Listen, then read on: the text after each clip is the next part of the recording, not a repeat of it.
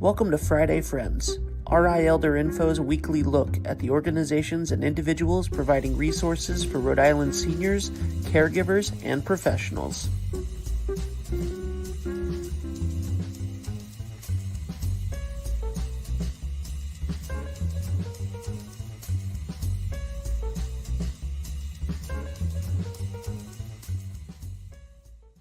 Good morning, everybody. Happy Friday. It's 9 o'clock on Friday, and I am Deb Burton, the host of Friday Friends. And you know, every Friday at 9 a.m., I come on here with some amazing guests that are going to share information and resources that you or someone you know needs to know about. So make sure you hit the like button and the share button. I'm super excited by today's guest. So I really hope that you share this out with your friends, your family, any community groups you might be in, all those usual social media bells, whistles, fun things like that, because we want to get this information out. As you know, in June, every Friday Friends is going to be dedicated to raising awareness of different resources to prevent elder abuse and help those folks who may be victims of abuse. So again, need your help to get that word out because it could happen to any one of us. So as far as helping, I have to say a big thank you to our annual sponsors. Thank you to Point 32 Health Foundation for their support, and Aetna, United Healthcare, Neighborhood Healthcare, Oak Street Health, 321 Media, and England Studios. We could not bring you this information without their help. So big thank you. And thank you to all of our individual donors as well. So today I am super excited to speak with Assistant Director of the Office for Older Americans at the Consumer Finance Protection Bureau, Deborah Royster. Hi, Deborah. Hi, Deb. How are you? Thank you so much for having me today. Oh, I'm so glad you were able to join. So can you please share with everybody what is the Consumer Finance Protection Bureau? Absolutely. The Consumer Financial Protection Bureau is a federal agency that helps make sure banks and lenders treat consumers fairly. The Bureau implements federal consumer financial law, and we ensure that markets for consumer financial products are fair, transparent, and competitive. The Bureau was created in 2010 under the Dodd-Frank Act and was drafted in response to many of the financial challenges that came up during the Great Recession of 2007 and 2008. Oof, that was a tough period of time, 2007, 2008. My goodness. Indeed it was. Indeed it was. And the Bureau was created to provide a single point of accountability for enforcing federal consumer financial laws and also protecting consumers in the financial marketplace. So we have a broad mission. We root out unfair, deceptive, and abusive acts or practices by writing rules. We supervise companies and we enforce the law. We enforce laws that prohibit discrimination in consumer finance.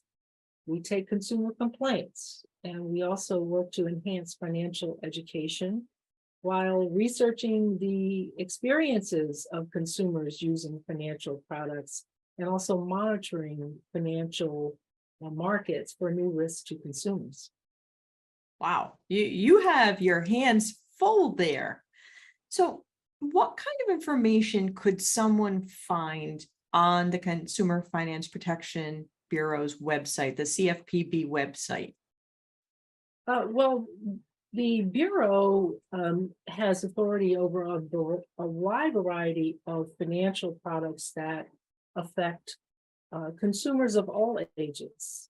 If you are a person with a student loan, if you have an auto loan, if you have a checking account, if you have a home loan, a reverse mortgage for older adults, those Very are common. all financial products and services that are regulated by the Bureau.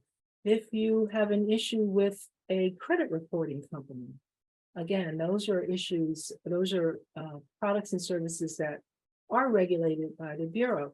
And the Bureau actually has a complaint portal where consumers can file complaints with companies that are providing financial services when there is a problem, we will follow up with that company, send the complaint to that company, and usually those types of matters are resolved within a few weeks. Let me tell you a little bit about the Office for Older Americans, because that's the real focus of my work. The law that created the Bureau of the Dodd-Frank Act also mandated that the CFPB have an Office for Older Americans. And so we focus on issues that are important to older adults, age 62 and older. We also collaborate with others in the aging field. And so that's why the work that we do to protect older adults from financial harm and to help navigate key financial moments in people's lives as they grow older. This is the heart of what we do and why we're so happy to be here with you today. I'm really glad that you're available to come on today, because I think there's such a need. What kind of scams are you seeing that are targeting older adults? And when you say that folks can make a complaint with the CFPB, do you provide like legal help or other types of help when somebody makes a complaint? I'll answer the second question first. The Bureau takes complaints through the complaints portal, and those complaints are then referred to the company that is the subject of the complaint, so that the company can then respond to the consumer and hopefully resolve the issue. We also use that information to inform our work and to help us identify areas of focus for the Bureau in terms of its enforcement authority and other, and whether there's a need to propose or issue regulations or to take other actions. So it is very important. It informs our work, our research, and helps us to determine what our priorities should be. Let me just turn for a minute to scams impacting older adults. As we all know, fraud and scams are pervasive in our society today, and they are coming from so many different sources. Many of them these are professional crime rings, some are domestic, some are foreign-based, and they are targeted at consumers of all ages. One of the interesting stereotypes that persists is that older adults experience a fraud more often than people of other age groups. And that's not really true. According to the Federal Trade Commission Consumer Sentinel data, all age groups report fraud, but older adults lose more money when they do experience fraud. And it may be harder for older adults to recover their funds. And of course, we know that for those, many older adults are retired. They may not have the opportunity to recover losses over time through earnings. And so a loss can be really financially devastating to the financial well-being of older adults. Absolutely. And I think, it's really important for people to understand these scam artists, they're doing this as a job. They're there probably 10, 12, 16-hour work days just trying to scam people out of money. Absolutely. Because if they're successful and they hit somebody for, say, I don't know, a large sum, they just made it all worth their while. Is there an average amount of money that people get scammed out of? I don't know if that falls in the CFPB tally. In one study showed that the average loss for older adults through, and it may have been, I think it was through romance scams, which is, you asked what are some of the most common types of scams. And romance scams certainly represent one common type of scam. Government imposter scams, when someone contacts you and pretends to be from a federal, a state, or a local agency like the IRS, the Social Security, or immigration. There's the grandparent scam, the person in need scam, when someone contacts you and pretends to be a family member. And many times it sounds very much like your your family member. And with the use now of artificial intelligence, that's becoming, even more difficult to determine, to be able to differentiate and tell that's not your loved one.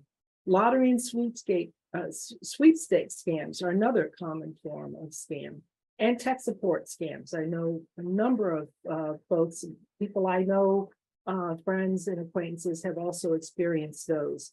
With regard to romance scams, I believe it was Consumer Sentinel data that showed that the average loss for an older adult, the average loss for an individual, not an older adult, I believe was in the neighborhood of about $500. For an older adult, the average loss was closer to $9,500. I believe that's what one study showed. So the amount of the loss, for average loss for older adults is significantly higher. I mean, and there are a lot of reasons for that, and one of which is older adults have worked longer, have accumulated more assets, and so they are more at risk. Sometimes a person could be experiencing some type of cognitive decline, which could also be a contributing factor. Yeah, and so when somebody says, oh my goodness, I clicked the link, or I gave over my PIN number and bank card information, what should be their next steps? Should they call the police? Should they call the bank? What should be the next steps? Well, the first step is certainly to try to stop the losses that are occurring. So certainly to contact the bank, your financial institution, change your passcodes, report the loss as quickly as possible, and make sure that you have alerted others in those who are close to you, trusted individuals who might be able to help you navigate and figure out what the next steps are. So I'd say taking steps to contact the source, and whether it's your bank, your credit card company, and also so then you can take steps to try to stop the losses, and then also reporting the loss as quickly as possible is helpful as well, both to the company as well as to law enforcement. Many times people who experience losses, particularly older adults, and the Bureau, we recently at the Bureau conducted a study focused on the recovery of losses experienced through elder financial exploitation. And in that study, this was a qualitative study, it was clear that there are many older adults who don't report because they feel shame. There's a lot of shame when someone loses money due to a fraud or a scam. And so it's very important to understand that it's not your fault. It can happen to anyone. These are professional crime rings, and they are violating the law. They are committing financial crimes, and they're criminals. And so the focus really should be not on feeling responsible or any blame. The focus really should be on trying to report, get your money back if possible, and hopefully provide information that can help find the people who are perpetrating these financial crimes. And I think it's just really important for folks to understand that the scammers are doing this as a profession. And if you do get scammed, it happens. It does not mean that you have any kind of cognitive impairment. It means the scammers are just really good at their job. Absolutely. They are professionals, like you said, Deb. One tip we try to offer to consumers is never to share your personal or financial information with anyone, especially when you're contacted out of the blue with unsolicited messages, phone calls, and we're all bombarded constantly.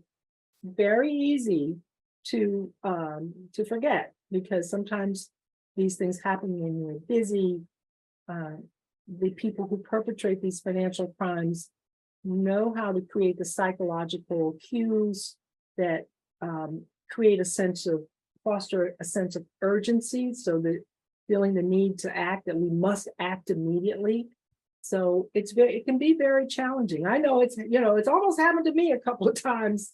And I've I remember one time very clearly when I got a message from my bank saying my account had been compromised, and I panicked, and I think the message was, enter in some information, go to this website, enter this information, and so you can correct the problem. And then all of a sudden I thought, and I said, oh my goodness, let me contact the bank, because this looks like it's fraudulent. And in fact, there was no problem with my account. By giving that information up, I would have given access to my account, but it can happen to anyone. And they can fake your bank's phone number Yes. too. So it looks like it's really them calling. Yes, they can. If somebody's sending an email, oh, there's a virus in your computer, turn off your computer, take the physical computer to tech support at any of the actual stores that have tech support. Yes. Don't download things. That's right. Nobody is asking for gift cards as payment for anything ever. That is a red flag when someone asks you to make payment through a gift card. That is a red flag of a fraud or scam activity. Because, and the reason those forms of payment are used, of course, is because they are much hard. It's virtually impossible to recover your money. Unlike using a credit card. If you're using a credit card, you have recourse through the company that issued the credit card, which would investigate and potentially then credit your account. But that is not true with that form of payment when you're using gift card. Awesome. So if somebody wants to do the right thing and maybe help a loved one or friend or family member handle their finances so that they don't get scammed, do you offer any kind of resource guides for that if you're handling somebody else's money, or maybe you want a resource guide for yourself?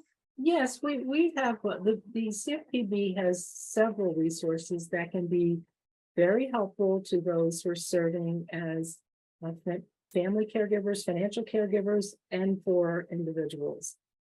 We offer 4 guides that help those who are helping others manage their finances. They're called Managing Someone Else's Money. These are guides that are available to people who are acting as agents under a power of attorney, or as a government payee, or trustee, or guardians of property. We also have a brief guide called Considering a Financial Caregiver, Know Your Options. And this walks older adults and potential caregivers through the decision-making process and other information about less formal roles, like a trusted contact or a conversation partner. And I just want to, while I have the opportunity, talk a little bit about trusted contacts, because that is one of the actions that the Office for Older Americans encourages older adults to take to help protect their bank accounts from fraud and scams and other types of financial exploitation.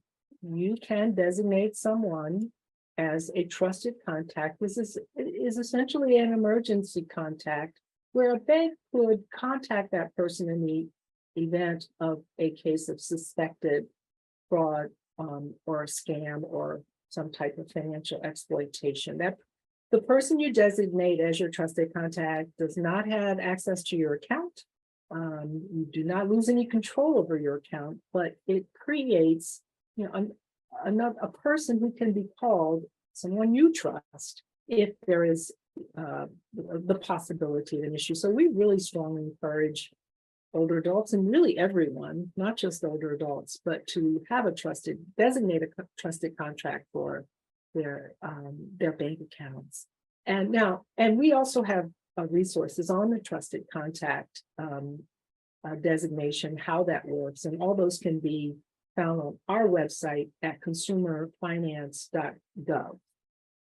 The Managing Someone Else's Money guides can be found on our website under consumerfinance.gov/MSEM as M is in Mary, SEM is in there.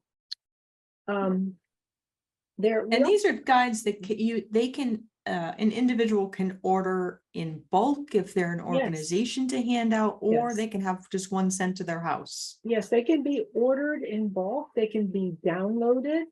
They are all free and available to the public. So in whatever format works best for you. And I have to say, the Money Smart for older adults is something when I go to resource fairs, it like goes like hotcakes. And I love that it's in multiple languages. And a new one, at least I just saw it more recently, is Preventing Elder Financial Abuse. And this is also available in multiple other languages. And I find the information in those guides so helpful. To try to keep people safe and help them make informed decisions, because these scam artists, they're doing this as a job, and they are some hardworking folks, unfortunately. Well, thank you for saying that, Deb. The Money Smart for older adults scam prevention program is one of our signature programs, and we developed this in concert with the Federal Deposit Insurance Corporation, the FDIC. And it focuses on preventing elder financial exploitation. There are over 2 hours of content on scams that target older adults. And we use positive language. We provide clear action steps. And the beauty of the program is that it's really designed as a train the trainer program. It has an instructor guide that presents has a scripted presentation and a slide deck. We also have a participant resource guide, and the guide is very readable in 14-point font size. So if you want to give a scam presentation in your local community, you can use Money Smart, and it will give you the PowerPoint presentation and guide you through the process. I actually worked with the Money Smart for Older Adults Initiative prior to joining the Bureau, when I worked for an area agency on aging as general counsel there. We presented the program to about 3,000 older adults, and it was very, very well received, lots of great useful information. And it promotes discussion among and between older adults, because many times we learn best from talking to each other. And so it really does provide a format and an opportunity to discuss these issues and raise awareness for all of us, not just for older adults. Many times as older adults, we are an influential and trusted voice within our families. So we can be very instrumental in communicating these key messages to our younger family members, who actually, as the data shows, experience fraud and scams more frequently than older adults do. So the younger population might get scammed more often, but it's smaller amounts. And they have a greater period of time to kind of recover the funds lost, whereas our older adults may not be scammed as frequently, but being scammed for way more money and not have that runway to be able to save money again, right? Correct. Very well said, Deb. Yeah.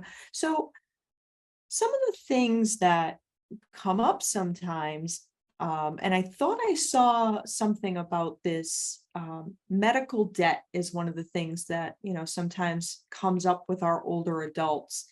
Is medical debt something that should be appearing on our credit reports or things like that, or has there been some changes around that?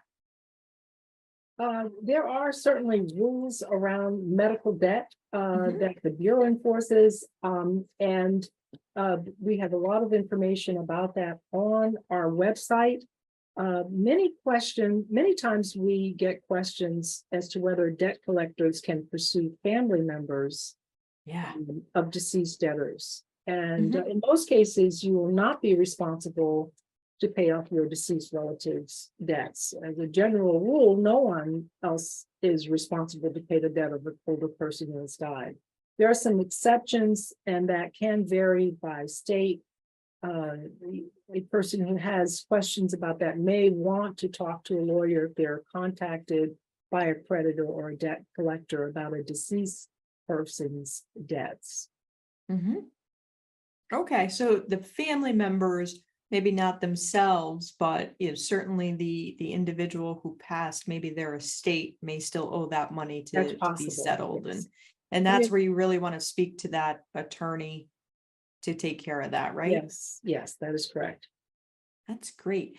Are there any other resources? I mean, let me take that back because I know there's a lot of resources on your website, but that we want to make sure people know about for older adults today because we've covered a lot and it's so needed.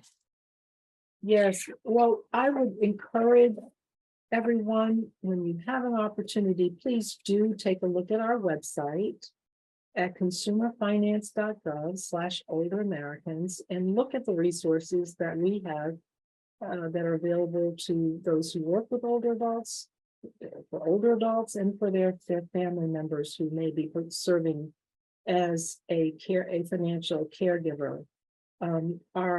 Our webpage again is consumerfinance.gov/older Americans.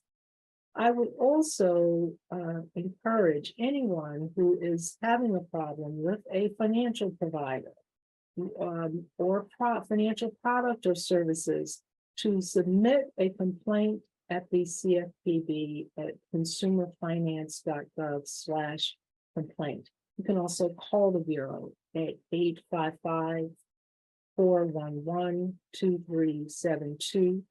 If you go to the Bureau's website, I believe it's on the landing page, you will see how to file a complaint. It is very easy. And if you don't want to do it online, our colleagues on the phone are available to take your calls and happy to help you. They're available to help in more than 180 languages as well. So, and so that, that makes it available to as many people as possible. And most complaints are resolved in 10 to 15 days. So it is a That's quick. resource. Yes, it's a resource that I encourage everyone to take advantage of. It helps consumers, and it helps us to understand the kinds of issues and challenges that consumers, including older adults, are experiencing in the marketplace so that we can develop our priorities and work and focus our work appropriately. And that phone number again was 855-411-2372. Correct. Right? Yes. And that's toll free? I believe that it is toll free. Okay, so you don't have to worry about any long distance charges and the amount of resources that you can get To the in best so of many my knowledge, languages. it That's is. awesome. That is awesome. Deborah, I'm so glad that you were able to come on today because I think this is a topic that it just needs to be repeated over and over. The amount of resources that's on the Consumer Finance Protections Bureau website is just amazing for all ages, from car loans and reverse mortgages to money smarts for older adults to managing veterans benefits. It's a resource that I'd like to share from the mountaintops. Well, Deb, thank you, and I appreciate the opportunity to be able to talk to you today, and to your listeners, your viewers, about the resources of the Bureau to help consumers of all ages navigate the financial marketplace. There's so many challenges out there, and we're here to help. And we try to meet consumers where they are and take appropriate action to protect their interests, use all the tools that are available to the Bureau, whether it's through regulations, it's through enforcement or supervisory activities, or through providing education to consumers to help be able to successfully navigate the financial marketplace and the challenges that we all face as we grow older. And the Office for Older Americans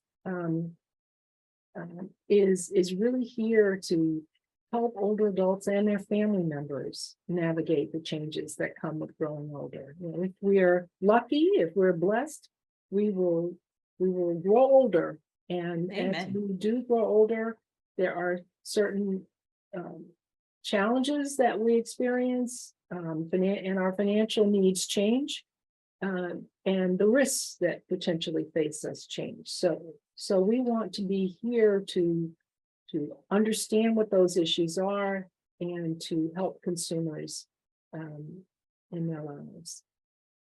Deborah, thank you so much for coming on today. I really do appreciate your Thank you. time. It's our pleasure. Thank you very much.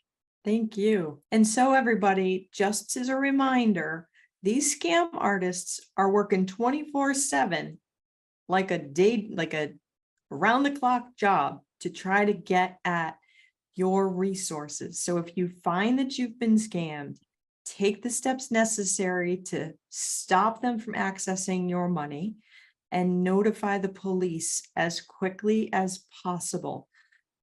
I am positive you are a wonderful and loving individual, but when someone falls out of the blue and they're giving you a bunch of fluff and cotton candy and sugar, be very cautious. If you're on social media or one of the dating sites and someone wants to speak to you offline, be extremely cautious. There is no one out there who is legitimate, who is going to tell you your grandchild, your child, your friend is in jail and they need a gift card to get them out of jail. There is no government agency that's going to call you out of the blue and demand money from you. It is so important that you are aware. There's lots of scams regarding your computer. Shut down your computer and take it to one of the well-known places and have them do a check. Don't have someone remote into your computer. Don't download anything. And for those folks who are doing the right thing and they want to make sure that they're helping their loved one to the best of their ability, please visit the Consumer Finance Protection Bureau's website. There's a lot of information on there for free. You can have it mailed out to you if you like it in print. It is available in multiple languages, and it's not written in legalese. It's written in a way that can be understood. So I want you to all be safe and look after each other. And I look forward to seeing you all again next week. In the meantime, be well and be kind. If you liked this video, please follow us on social media and subscribe on YouTube. For more information, visit rielderinfo.com or call 401-585-0509. If you have any questions, email deb@rielderinfo.com.